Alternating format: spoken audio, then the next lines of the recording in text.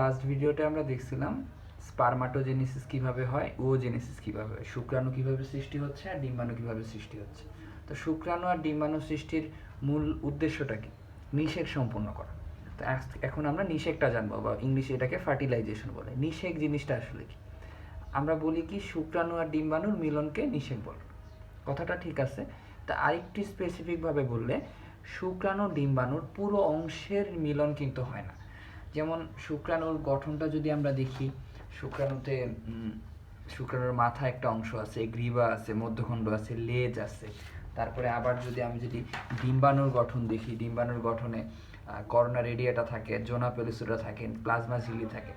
যত কিছুই থাক না কেন, সব দুইটাতেই একটা সিমিলার জিনিস আছে। দেখো, এখানেও একটা নিউক্লিয়াস থাকে ডিম্বাণুর মধ্যে, শুক্রাণুর মধ্যেও একটা নিউক্লিয়াস থাকে। তো এই যে শুক্রাণু আর ডিম্বাণু নিউক্লিয়াস, এই দুইটা নিউক্লিয়াসের মধ্যেই মূলত মিলনটা হয়।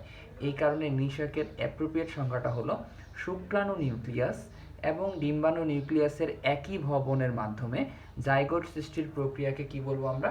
নিষেক বলবো। আমরা জানি শুক্রাণু যৌনমিলনের ফলে শুক্রাণু জরায়ুতে প্রবেশ করার পরে ডিম্বাণুর চারপাশে যাওয়ার চেষ্টা করে, সেটা লেজের মাধ্যমে সাঁতরিয়ে যায়। তো এটা যদি একটা ডিম্বাণু হয়, ডিম্বাণুটাকে আমি আঁকছি যে ডিম্বাণুটা নিউক্লিয়াস আছে। ডিম্বাণুর আবরণ কয়টা যা আছে আমরা জানি? দুইটা। একটা হলো জোনা পেলিসোডা, আর সর্ববহিস্থ যেটা সেটা হলো করোনা রেডিয়াটা। তো শুক্রাণু প্রথমে ডিম্বাণু চারপাশে চলে গেল, সাঁতরে চলে গেল এই জায়গাটাতে। তো এখন শুক্রাণুরকে কোথায় যেতে হবে? নিউক্লিয়াসের কাছে যেতে হবে, কারণ আমরা জানি নিষেক মূলত কি শুক্রাণু নিউক্লিয়াসের সাথে ডিম্বাণু নিউক্লিয়াস। তাহলে শুক্রাণু নিউক্লিয়াসটা কোথায় থাকে? মাথার মধ্যে। তো মাথাটাকে এখানে যেতে হবে। তো যাওয়ার পথে সে প্রথম যেই বাধাটা পায়, সেই বাধাটা হলো করোনা রেডিয়াটা, এই যে বাইরের আবরণটা। আমি শুক্রাণুর গঠনে বলছিলাম যে শুক্রাণুর মাথার নিউক্লিয়াস থাকে, নিউক্লিয়াসের ঠিক উপরে অর্ধবৃত্তাকার একটা অংশ থাকে যেটাকে বলে অ্যাক্রোজোম। অ্যাক্রোজোমের একটা গুরুত্বপূর্ণ কাজ ছিল, অ্যাক্রোজোম কি করতো? একটা এনজাইম ক্ষরণ করতো, যেটা হলো হায়ালুরোনিডেজ এনজাইম। তো শুক্রাণুগুলো যখন কর্নার এরিয়াটার কাছাকাছি চলে আসে, তখন এখানে অ্যাক্রোজোম থেকে হায়ালুরোনিডেজ এনজাইমটা ক্ষরিত হয়। এই ক্ষরিত হলে কি করে? এই এনজাইমটা করোনা রেডিয়াটাকে হজম করে ফেলতে পারে, বা বিগলিত করতে পারে, বা গলায় ফেলতে পারে। এর ফলে কি হয়? করোনা রেডিয়াটার কোষগুলা বিচ্ছিন্ন হয়ে যায়। করোনা রেডিয়াটা কোষকে আবার ফলিকল কোষও বলা হয়। এটা করোনা রেডিয়াটা কোষ যখন বিচ্ছিন্ন হয়ে গেল, তখন এটা করোনা রেডিয়াটার প্রাচীরটা ভেদ করে জোনা পেলিসুডার পরের আবরণের কাছাকাছি চলে আসলো। তো যখন করোনা রেডিয়াটা ভেদ করে যায়, তখন জোনা পেলিসুডার কাছাকাছি যখন শুক্রাণুটা চলে আসে, তখন আবার জোনা পেলিসুডার মধ্যে আবার শুক্রাণুগ্রাহক কিছু প্রোটিন থাকে, যেগুলো শুক্রাণুকে আকৃষ্ট করে। এই কারণে করোনা রেডিয়াটা ভেদ করার পরে শুক্রাণুর মস্তকগুলা জোনা পেলিসিডার মধ্যে, জোনা পেলিসিডের যে বহির দেশটা আছে, ইম্পর্টেন্টলি আমি কিন্তু ভিতরে প্রবেশ করাইনি, বহির দেশের সাথে লেগে যায়। কিন্তু একটা কথা বলো তো, একটা ডিম্বাণুকে কয়টা শুক্রাণু নিষিক্ত করতে পারে? অবশ্যই শুধুমাত্র একটা, তাই না?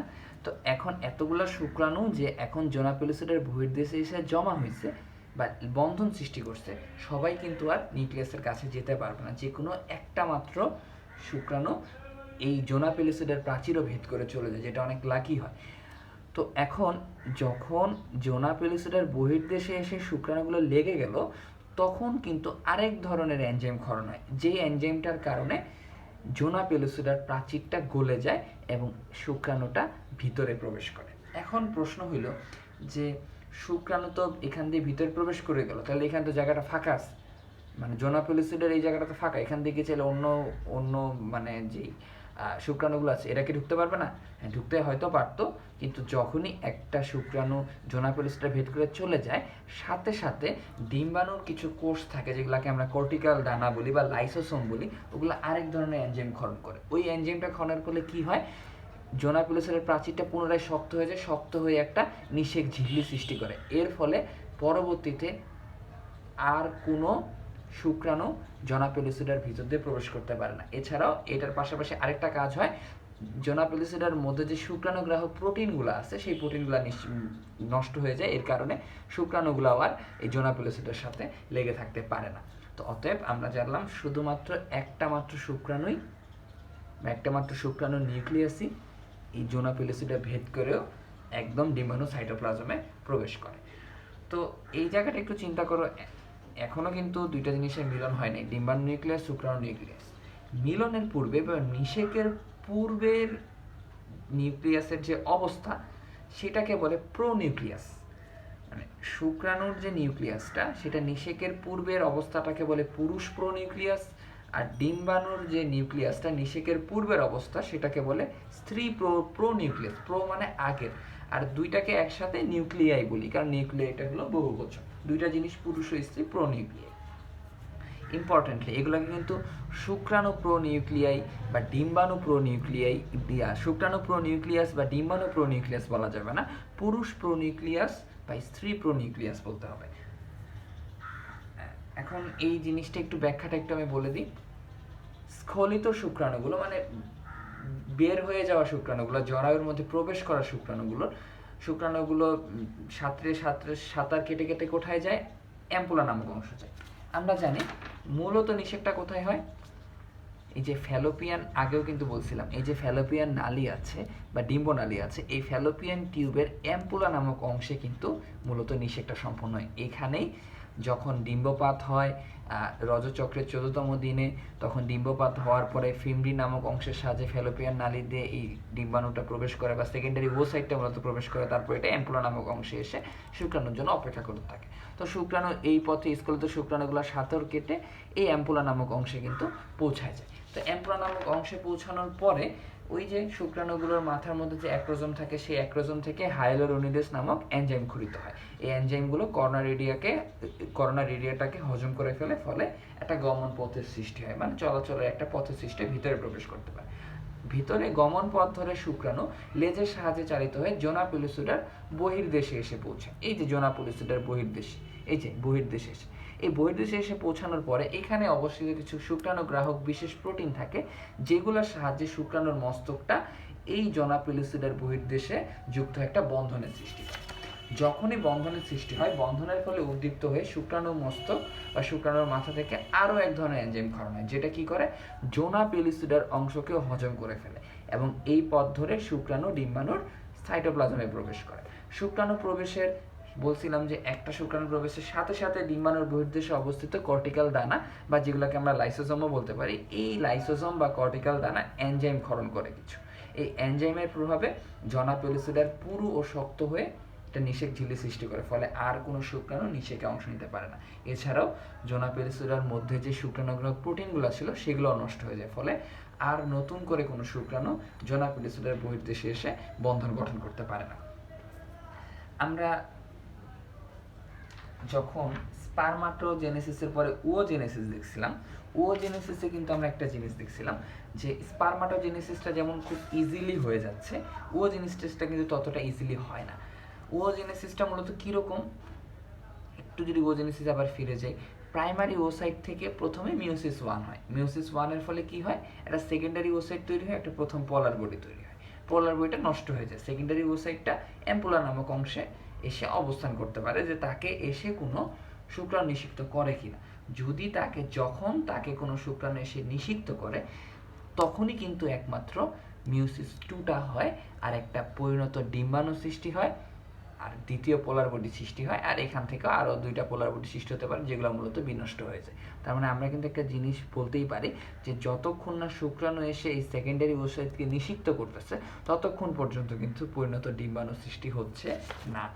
তো এইটাই এখানে বলা হয়েছে, শুক্রাণু প্রবেশের ফলে সেকেন্ডারি ওসাইটটি উদ্দীপ্ত হয়ে মিওসিস 2 ঘটিয়ে পরিণত ডিম্বাণু ও দ্বিতীয় পোলার বডি সৃষ্টি করে। দ্বিতীয় পোলার বডি ধ্বংসপ্রাপ্ত হয়, আর শুক্রাণুর নিউক্লিয়াস বাদে যে অন্যান্য অংশগুলো আছে, লেজ, গ্রীবা ইত্যাদি অংশগুলো ডিম্বাণু সাইটোপ্লাজমে মিশে যায়।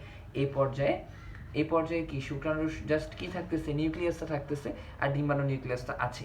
তো এই পর্যায়ে শুক্রাণু আর ডিম্বাণু নিউক্লিয়াসকে পুরুষ ও স্ত্রী প্রোনিউক্লিয়াই বলে। ইন্ডিভিজুয়ালি বলে পুরুষ নিউক্লিয়াস আর স্ত্রী প্রোনিউক্লিয়াস। তো পুরুষ প্রোনিউক্লিয়াসটি ডিম্বাণুর কেন্দ্রের দিকে অগ্রসর হয়ে স্ত্রী প্রোনিউক্লিয়াসের সাথে একীভূত হলে ডিম্বাণুটি ডিপ্লয়েড জাইগোটে পরিণত হয়। তাহলে আমরা যে বলি শুক্রাণু ডিম্বাণু মিলনের ফলে জাইগোট গঠিত হয়, এই জাইগোটটা মূলত আসলে কোন জিনিসটা জানো? এই ডিম্বাণুটাই। এই ডিম্বাণুটার মধ্যেই যখন শুক্রাণু নিউক্লিয়াসটা প্রবেশ করে, শুক্রাণু নিউক্লিয়াস যখন মিলন হয়, তখন এই মূলত ডিম্বাণুটাই ধীরে ধীরে ডিম্বাণুটাই জাইগোটে পরিণত হয়, এই জাইগোট থেকে ভ্রূণ তৈরি হয়, ভ্রূণ থেকে আবার ফিটাস তৈরি হয়, ফিটাস থেকে একটা বেবির সৃষ্টি হয় বা একটা মানুষের সৃষ্টি হয়। তো মূলত কিন্তু জাইগোটটা কিন্তু মূলত ডিম্বাণুটাই, মূলত এই ডিম্বাণুটাই বিভিন্ন ফর্মে পরিবর্তন হয়ে একটা মানব শিশুর জন্ম দেয়। তো এই দুইটা জিনিস একটু মনে রাখতে হবে। প্রকৃতপক্ষে কিন্তু সেকেন্ডারি ওসাইট আর পরিণত নিউক্লিয়াসের একই ভুবনটাই মূলত নিষেক। কারণ শুক্রাণু না আসা পর্যন্ত কিন্তু ডিম্বাণুর সৃষ্টি হচ্ছে না, সেকেন্ডারি ওসাইট থেকে কিন্তু ডিম্বাণু আসতেছে না। এই কারণে প্রকৃতপক্ষে বলা যায় সেকেন্ডারি ওসাইট আর পরিণত শুক্রাণুর নিউক্লিয়াসের একই ভুবনটাই মূলত নিষেক। তো এটা না মনে রাখলেও চলবে, বাট এটা মনে রাখতে হবে যে ফ্যালোপিয়ান নালীর অ্যাম্পুলা নামক অংশে নিষেক সম্পন্ন। বিষয়টা প্রায় আসে যে মানবদেহের কোন অংশে নিষেকটা সম্পন্ন হয় বা স্ত্রী দেহের কোন অংশে নিষেকটা সম্পন্ন হয়, ফ্যালোপিয়ান নালীর অ্যাম্পুলা নামক অংশে। তো এই গেল নিষেক। নিষেকের পরে যে ইম্পর্টেন্ট টপিকটা আমরা দেখবো সেটা হলো ইমপ্ল্যান্টেশন।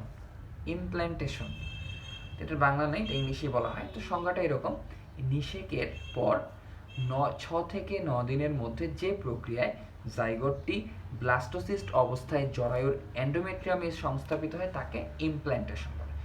তো ইমপ্ল্যান্টেশনটা একটু মানে অত ইম্পর্টেন্ট না, এটা সাধারণত প্রশ্নে আসে না, তাও আমি বলতেছি। তো এটা বোঝার জন্য দুইটা জিনিস আগে, এই সংজ্ঞাটা ক্লিয়ার হওয়ার জন্য দুইটা জিনিস আইডেন্টিফাই করতে হবে। একটা হলো ব্লাস্টোসিস্ট, একটা হলো জরায়ুর এন্ডোমেট্রিয়াম প্রাচীর।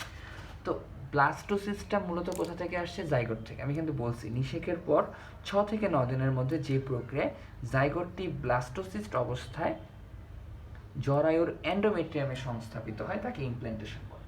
আমরা যদি এখন একদম প্রথম পেজে চলে যাই, জরায়ুর গঠনে, এই যে একটা যদি জরায়ু হয়, জরায়ুতে আমরা জানি 3টা স্তর থাকে। একটা হলো পেরিমেট্রিয়াম সর্ববহিঃস্থ, একটা হলো মায়োমেট্রিয়াম বা মধ্য, আর সর্বশেষ ভিতরের স্তরটা হলো এন্ডোমেট্রিয়াম।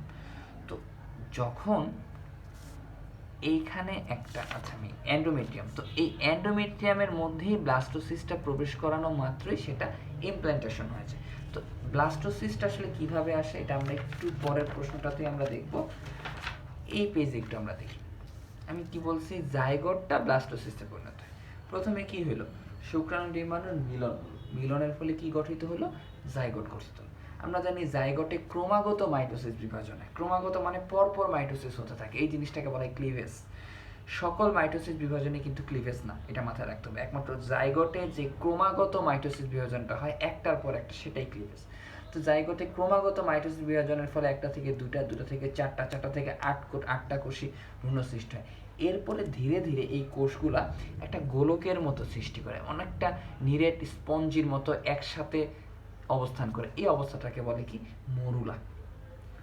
মরুলা থেকে, মরুলার পরবর্তীতে এই কোষগুলা ধীরে ধীরে ফাঁকা হয়ে যায়, ফাঁকা হয়ে একটা স্তরের সৃষ্টি করে। দেখতে পাচ্ছ স্তরের সৃষ্টি করে, স্তরের মাঝখানে আবার একটা ফাঁকা অংশ থাকে, তরলে পূর্ণ গহ্বর থাকে। এই মরুলা থেকে যখন এক স্তর বিশিষ্ট একটা কোষের এক স্তর বিশিষ্ট একটা ভ্রূণের সৃষ্টি হচ্ছে, দেখো এক স্তর বিশিষ্ট মাঝখানে গহ্বর থাকতেছে, এই দশাটাকেই বলতেছে ব্লাস্টুলা। আর এই জিনিসটাই হলো ব্লাস্টোসিস্ট। মানে জিনিসটা অনেকটা এরকম, আমি এখানে একটা বরফ রাখলাম, এটাকে আমি কি বলবো? বরফ। কিন্তু এটার অবস্থাটা কি? কঠিন, তাই তো? পানির কঠিন অবস্থা, কিন্তু জিনিসটা আসলে কি? বরফ। তো অবস্থাটা হলো ব্লাস্টুলা বা পর্যায়টা হলো ব্লাস্টুলা বা দশাটা হলো ব্লাস্টুলা আর অংশটা হলো ব্লাস্টোসিস্ট। তো এইভাবেই মূলত এই যে ব্লাস্টোসিস্টটা আসে জাইগোট থেকে। তো জাইগোট থেকে ব্লাস্টোসিস্ট হওয়ার পরে এই ব্লাস্টোসিস্টটাকে কোথায় স্থান পেতে হয়? জরায়ুর এন্ডোমেট্রিয়ামে। এখানে প্রবেশ করা মাত্রই সেটা হয়ে যায়, সেই প্রসেসটার নাম হয়ে যায় ইমপ্ল্যান্টেশন। এই যে এখানে অ্যাম্পুলায় নিষিক্ত হয়েছিল শুক্রাণু ডিম্বাণু, নিষিক্ত হওয়ার পরে ধীরে ধীরে এই যে ক্রমাগত মাইটোসিস বিভাজন হলো, দুইটা হলো, দুইটা থেকে চারটা, আটটা, মরুলা, এইভাবে ধীরে ধীরে জিনিসটা চলতে চলতে চলতে চলতে এই যে এখানে চলতে চলতে এইখানে এসে বসে যায়। এন্ডোমেট্রিয়ামের এই প্রাচীরটাকে ভেদ করে ব্লাস্টোসিস্টটা ভিতরে প্রবেশ করে যায়। ভিতরে প্রবেশ করার পরে আবার এই প্রাচীরটা আবার লেগে যায় এই এন্ডোমেট্রিয়ামের মধ্যেই, তখন ব্লাস্টোসিস্টটা স্থান লাভ করে। ধীরে ধীরে এই ব্লাস্টোসিস্টে কিন্তু বিভিন্ন পর্যায়ে বড় হইতে হইতে একটা মানব শিশুর জন্ম হয়। তো এই যে খুব মোস্ট ইম্পর্টেন্ট জিনিস হলো ভ্রূণকে জরায়ুর এন্ডোমেট্রিয়ামে অবস্থান নিতে হয়। আর ভ্রূণটা কি হিসেবে জরায়ুর এন্ডোমেট্রিয়ামে প্রবেশ করতেছে? ব্লাস্টোসিস হিসেবে। তো নিষেকের পর 6 থেকে 9 দিনের মধ্যে যে প্রক্রিয়ায় জাইগোটটি ব্লাস্টোসিস্ট অবস্থায় জরায়ুর এন্ডোমেট্রিয়ামে সংস্থাপিত হয় তাকে আমরা বলতেছি ইমপ্ল্যান্টেশন। তো ব্লাস্টোসিস্টের চিত্রটা এরকম, এটা একটা ব্লাস্টোলা দশা বা ব্লাস্টোসিস্ট। তো আমরা একটু পড়ি। ডিম্বাণুর ফ্যালোপিয়ান নালীর অ্যাম্পুলা নামক অংশে নিষিক্ত হওয়ার পরে ডিম্বাণুটা ফ্যালোপিয়ান নালীর অ্যাম্পুলা নামক অংশে নিষিক্ত হওয়ার পরে জাইগোটে পরিণত হয়। একটু আগে বলছি জাইগোটটা কিন্তু মূলত ডিম্বাণুটাই। তো জাইগোটের পরে পর্যায়ক্রমিক মাইটোসিস বিভাজন ঘটে, যেটি ক্লিভেজ নামে পরিচিত। এই যে ক্লিভেজটা, এই বিভাজনটা এক পর্যায়ে এটা মরুলা নামক একটা নিরেট কোষপুঞ্জের সৃষ্টি করে। নিরেট বলতে গোলাকারে, যে দেখো গোলাকার স্পঞ্জের মতো একটা কোষপুঞ্জের একসাথে গাদাগাদি করে কোষগুলো আছে, জড়াঝুরি করে, এখানে কোষপুঞ্জ বললাম, এক নিরেট কোষপুঞ্জের সৃষ্টি করে। মরুলা থেকে ব্লাস্টুলা, মরুলা পরবর্তী দশাটা কি? ব্লাস্টুলা। মরুলা থেকে ব্লাস্টুলা দশায় প্রবেশ করে এবং ব্লাস্টোসিস্টে পরিণত হয়। তো এই ব্লাস্টোসিস্টে এই যে দেখো এরকম প্রায় 100টার মতো কোষ থাকে। প্রতিটি কোষকে বলতেছে ব্লাস্টোমিয়ার। এই যে ইন্ডিভিজুয়াল কোষগুলা হলো সবগুলা ব্লাস্টোমিয়ার। ব্লাস্টোসিস কয় স্তর বিশিষ্ট? এক স্তর। দেখো এই যে এক স্তর বিশিষ্ট আছে, ব্লাস্টোসিস এক স্তর বিশিষ্ট। ব্লাস্টোমিয়ারের স্তরকে বলে ট্রোফোব্লাস্ট। এই যে এক স্তর বিশিষ্ট যে ব্লাস্টোসিস্টের কয় স্তর বিশিষ্ট? এক স্তর। প্রত্যেকটা কোষকে আমি কি বলছিলাম? ব্লাস্টোমিয়ার। আর এই যে পুরো ব্লাস্টোমিয়ারের যে স্তরটা, এই যে এক স্তর বিশিষ্ট, এই পুরো জিনিসটাই মূলত হলো ট্রফোব্লাস্ট। বুঝতে পারছো? এই ব্লাস্টোমিয়ার কোষের যে স্তরটা, এটাকে বলতেছি আমি ট্রফোব্লাস্ট। আর ব্লাস্টোসিসের যে প্রাচীরটা আছে, এই যে প্রাচীরটা, এই প্রাচীরটাকে বলা হয় ব্লাস্টোডাম। অনেকেই ব্লাস্টোডাম আর ট্রফোব্লাস্টের মধ্যে একটু পার্থক্য, একটু কনফিউশন পড়ে। ব্লাস্টোডাম হলো ব্লাস্টোসিসের প্রাচীরটা, এই যে বাইরের আবরণটা, আর ট্রফোব্লাস্ট হলো ব্লাস্টোমিয়ার, সবগুলো ব্লাস্টোমিয়ারের যে স্তরটা, এটাই হলো ট্রফোব্লাস্ট। তো ট্রফোব্লাস্টের একটা গুরুত্বপূর্ণ ভূমিকা, আর মাঝখানে যে গহ্বরটা দেখতেছি এটাকে বলে ব্লাস্টোসিল। তো ট্রফোব্লাস্টের একটা গুরুত্বপূর্ণ ভূমিকা আছে। যখন ধীরে ধীরে অ্যাম্পুলা নামক অংশ থেকে জরায়ুর এন্ডোমেট্রিয়ামের কাছাকাছি আসে ব্লাস্টোসিস্টটা, তখন ব্লাস্টোসিস্টের যে ট্রফোব্লাস্ট অংশটা আছে, এই ট্রফোব্লাস্ট থেকে নিঃসৃত একটা এনজাইমের প্রভাবে এন্ডোমেট্রিয়ামের আবরণী টিস্যু বা প্রাচীরটা বিগলিত হয়ে যায় এবং ব্লাস্টোসিস সেখানে ভিতরে প্রবেশ করে এবং ইমপ্ল্যান্টেশন সম্পন্ন করে। পরবর্তীতে আবার এন্ডোমেট্রিয়ামের প্রাচীরটা আবার লেগে যায়, এর ফলে আর ব্লাস্টোসিস্টটা ওই বিগলিত পথে আর বাইরে বের হতে পারে না।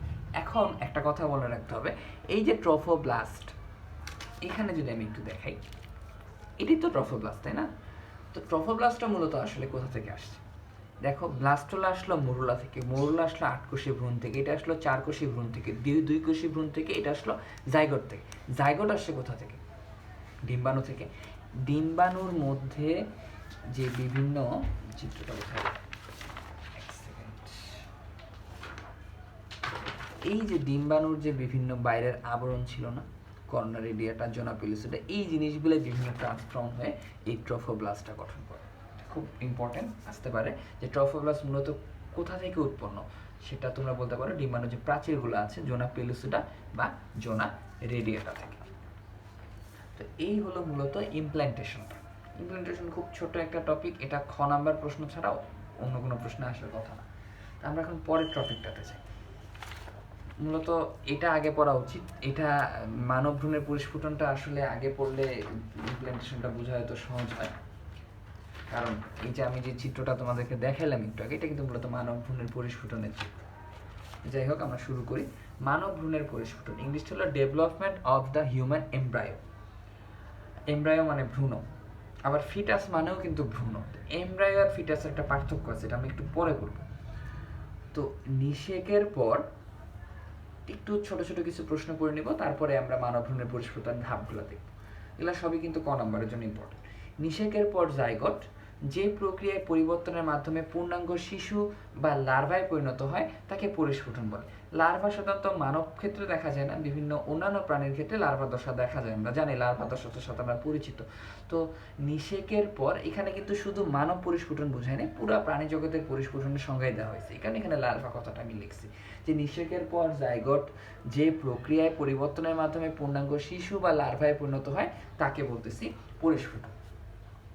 প্রতিটি সদস্যের পরিস্ফুটন প্রক্রিয়াকে ব্যক্তিজনিক পরিস্ফুটন বা অন্টোজেনিক ডেভেলপমেন্ট বলে। যেমন মানুষ একটা সদস্য প্রাণী জগতের, হাতি আরেকটা সদস্য প্রাণী জগতের, প্রত্যেকটা সদস্যের যে নিজস্ব পরিস্ফুটন প্রক্রিয়া, এটাই হলো ব্যক্তিজনিক পরিস্ফুটন বা অন্টোজেনিক ডেভেলপমেন্ট। তো জীববিজ্ঞানের যে শাখায় জীবের ব্যক্তিজনিক পরিস্ফুটনটা নিয়ে আলোচনা করা হয় সেটাকেই বলে ভ্রূণবিদ্যা বা এমব্রায়োলজি, অথবা ভ্রূণের পরিস্ফুটন সম্পর্কে যে শাখায় আলোচনা করা হয় সেটাই ভ্রূণবিদ্যা বা এমব্রায়োলজি। আর জাইগোট থেকে যে প্রক্রিয়ার ভ্রূণ সৃষ্টি হচ্ছে এই প্রক্রিয়াটাই হলো এমব্রায়োজেনেসিস। জেনেসিস মানেই হলো উৎপন্ন হওয়া, আর এমব্রায়ো মানেই ভ্রূণ, অর্থাৎ ভ্রূণ সৃষ্টির প্রক্রিয়াকে আমরা কি বলতেছি? এমব্রায়োজেনেসিস। তো ব্যক্তিজনিক পরিস্ফুটনকে তিনটা ধাপে ভাগ করা হয়: ক্লিভেজ, গ্যাস্ট্রুলেশন আর হলো অর্গানোজেনেসিস। এখন আমরা ক্লিভেজটা তো আমরা মোটামুটি একটু আগেই ক্লিয়ার হয়েছি যে জাইগটে যে পর্যায়ক্রমিক মাইটোসিসটা হয় এটাই ক্লিভেজ।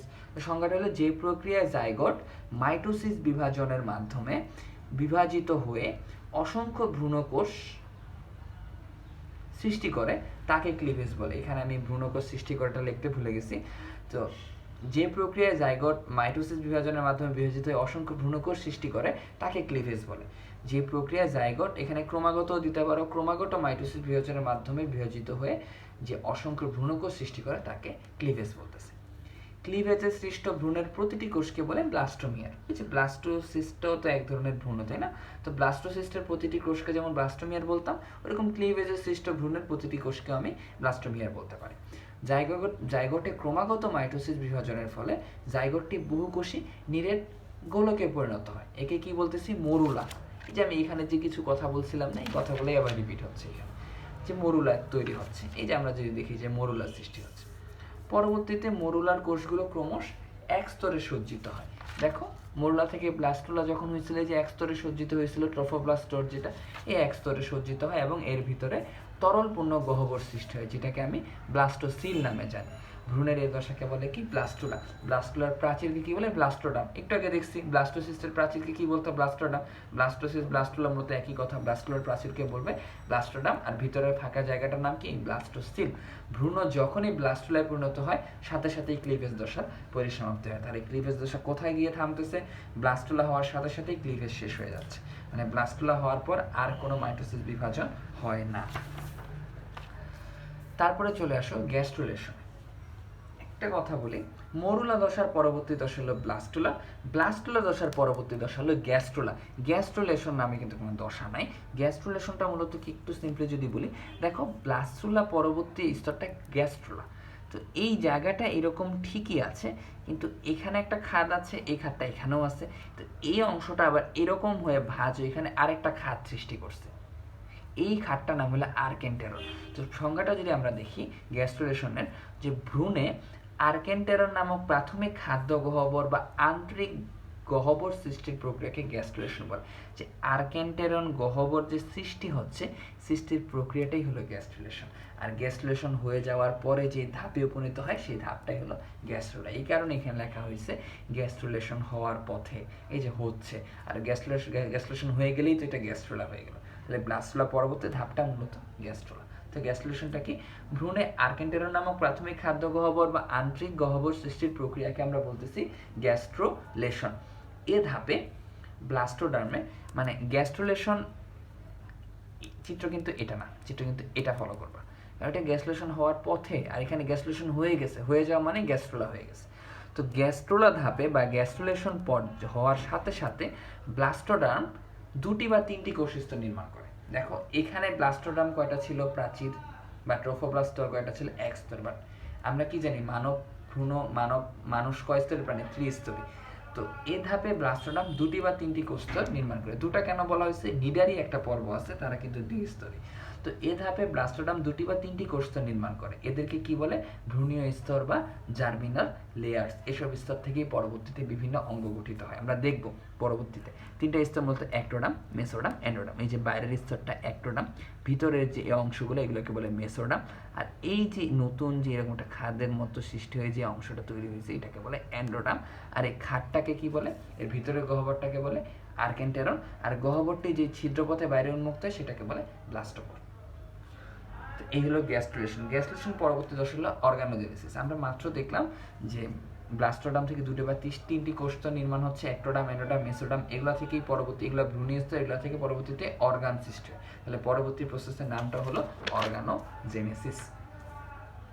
তো গ্যাস্ট্রুলেশনের সৃষ্ট ভ্রূণীয় স্তরগুলো থেকে, গ্যাস্ট্রুলেশনের সৃষ্ট ভ্রূণীয় স্তরগুলো অ্যাক্টোডাম, অ্যানোডাম, মেসোডাম, এই 3টা ভ্রূণীয় স্তর থেকে ভ্রূণের অঙ্গকোষী সৃষ্টির প্রক্রিয়াকে অর্গানোজেনেসিস বলে। ডিরেক্ট তো আসলে অঙ্গ সৃষ্টি হয় না, ডিরেক্ট একটা ছোট্ট একটা ভ্রূণ তো এতটুকু হয় না, অনেক ছোট ক্ষুদ্র, ওই জায়গা থেকে তার আমার মতো এত বড় একটা হাত সৃষ্টি হয়ে যেতে পারবে না। তো শুরুতে অঙ্গকোষী সৃষ্টি হয়, মানে যেমন একটা ধান গাছ যেমন একটা বীজের সাহায্যে, এরকম ছোট্ট একটা কুড়ি। তো এই অঙ্গকোষী সৃষ্টির প্রক্রিয়াটাই হলো মূলত অর্গানোজেনেসিস। অর্গান সৃষ্টির প্রথম শর্ত হলো অঙ্গকোষী সৃষ্টি হয়, আর অঙ্গকোষী সৃষ্টি হয় কোথা থেকে? ভ্রূণীয় স্তরগুলো থেকে। আর সৃষ্টির প্রক্রিয়াটাই হলো অর্গানোজেনেসিস। এখন একটা জিনিস দেখো, 3টা ভ্রূণীয় স্তরে, এক একটা ভ্রূণীয় স্তর কিন্তু এক একটা অর্গান সৃষ্টি করে। 3টি ভ্রূণীয় স্তরে অভিন্ন কোষপিণ্ড, 3টি ভ্রূণীয় স্তরেরই অভিন্ন কোষপিণ্ড ছোট ছোট কোষগুচ্ছ তৈরি করে বিচ্ছিন্ন। মানে জিনিসটা যদি চিন্তা করো, এটা কি অবশ্যই অ্যাক্টোডাম না? এই অ্যাক্টোডাম পুরোটাই তো একটা কোষ, নাকি এটা অভিন্ন কোষ, নাকি এটা ভিন্ন কোষ? অবশ্যই ভিন্ন না, এটা একটা অভিন্ন কোষ, একটা মাত্রই কোষ। এই কোষের মধ্যে তোমাকে যদি আরেকটা আমি সিম্পলি বলি, ধরো এটা হলো অ্যাক্টোডামটা, ঠিক আছে? এটা একটা অভিন্ন, তাই না? একটাই তো অ্যাক্টোডাম, 2-4টা তো অ্যাক্টোডাম হয় না।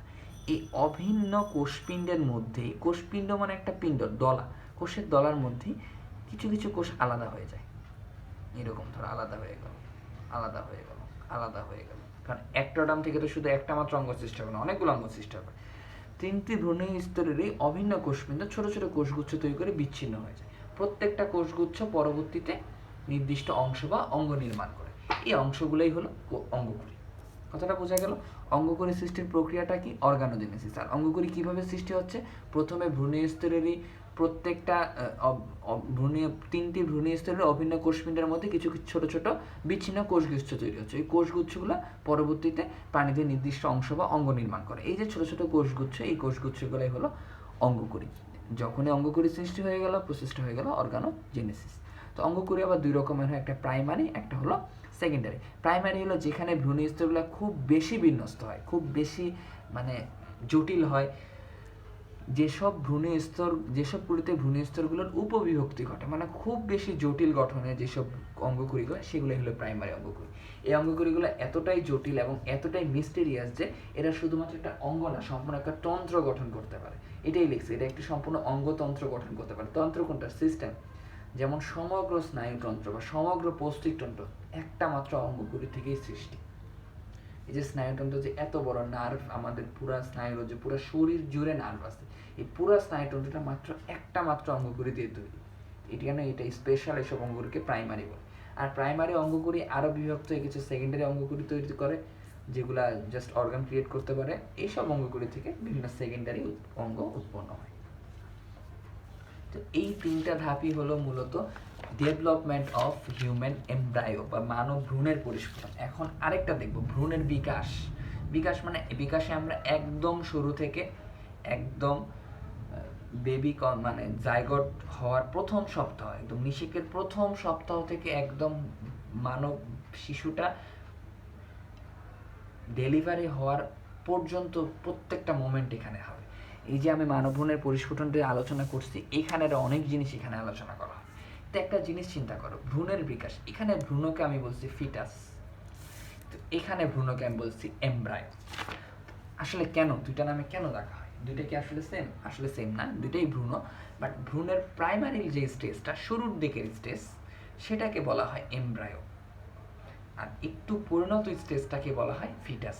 4 মাস বয়স হওয়ার পর থেকে ভ্রূণটাকে ফিটাস নামে রাখা হয়। এর আগের সময়টাকে সেটাকে এমব্রায়ো বলা হয়। এই কারণে প্রথমের জায়গাটা, এই স্তরগুলোকে আমরা একদম, এই স্তরগুলো নিয়ে আলোচনা যে করলাম অর্গানোজেনেসিস পর্যন্ত, এগুলো সম্পূর্ণ প্রাইমারি স্টেজের আলোচনা। প্রাইমারি দশায় কি পরিবর্তন হয় বা কি কি ঘটে ভ্রূণের মধ্যে, এই কারণে এটাকে বলা হয়েছে, ওইটাকে বলা হয়েছিল development of the human embryo. আর এখানে ভ্রূণের বিকাশ মানে এমব্রায়োর পরবর্তী যে স্তরগুলো, সেটাই হলো এখানে আমরা পড়বো ডেভেলপমেন্ট অফ ফিটাস। তবে এখানে আমরা একদম শুরু থেকেই আলোচনা করব।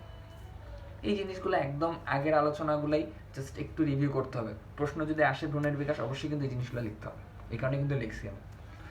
তো নারীর ডিম্বাণু ফেলোপিয়ান নালীর অ্যাম্পুল অংশে নিষিক্ত হওয়ার পর কি হিসেবে পরিণত হয়? জাইগোটে পরিণত হয়। আমরা জানি জাইগোটে কি হয়, ক্রমাগত মাইটোসিস হয়। ক্রমাগত মাইটোসিসের ফলে এটি মরুলা নামক কি করে, নিরেট একটা কোষপুঞ্জে পরিণত হয়। এটা আমরা জানি। মরুলা পরবর্তীতে কি হয়, ব্লাস্টুলা দশায় যায় বা ব্লাস্টোসিস পর্যায়ে উপনীত হয়। ব্লাস্টোসিসের ট্রোফোব্লাস্ট কোষস্তর থেকে নিঃসৃত এনজাইম কি করে, জরায়ুর এন্ডোমেট্রিয়ামের প্রাচীরকে বিগলিত করে দেয় এবং ব্লাস্টোসিসকে ভিতরে প্রবেশ করতে সাহায্য করে। ভিতরে প্রবেশ করার পরে কি হয়, এন্ডোমেট্রিয়ামের ভেঙে যাওয়া অংশের ভেঙে যাওয়া যে প্রাচীরটা সেটা আবার নতুন করে সৃষ্টি হয় এবং ব্লাস্টোসিসকে ঢেকে দেয়, ব্লাস্টোসিসটা বাইরে বের হতে পারে। আগের কথা ইমপ্ল্যান্টেশনেই বলছি, আরেকবার জাস্ট এখানে একটু লিখে দিতে হবে। তারপরে আমরা এখন মেইন একদম প্রথম থেকে শুরু করব। প্রথম 2 সপ্তাহে সাধারণত ভ্রূণীয় স্তর তৈরি হয় আর বহির্ভ্রূণীয় ঝিল্লি সৃষ্টি হয়।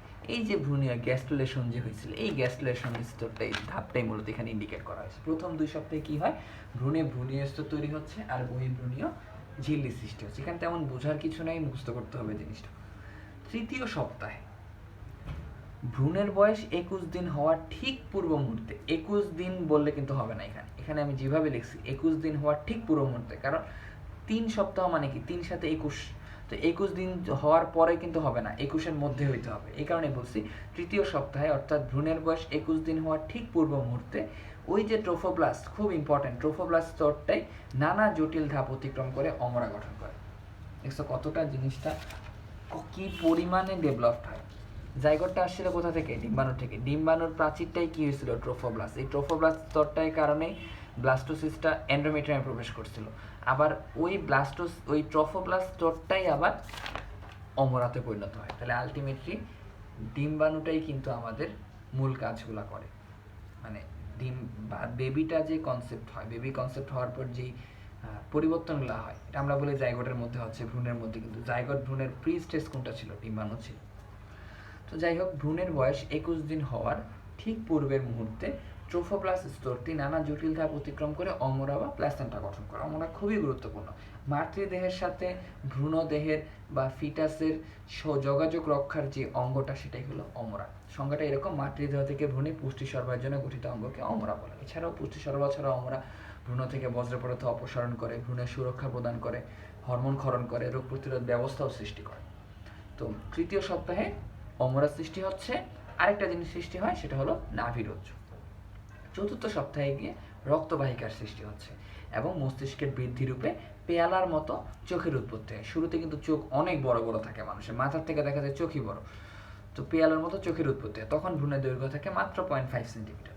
পঞ্চম সপ্তাহে ভ্রূণ জীবের আকৃতি ধারণ করে, কিন্তু পুরোপুরি মানুষের মতো নয়। ওই অবস্থায় হাত পা কুড়ি আকারে থাকে, খুবই ক্ষুদ্র ক্ষুদ্র, এই একটা দাগের মতো, জাস্ট লাইক এরকম একটা দাগের মতো থাকে হাত পাগুলো, তো কুড়ি আকারে থাকে।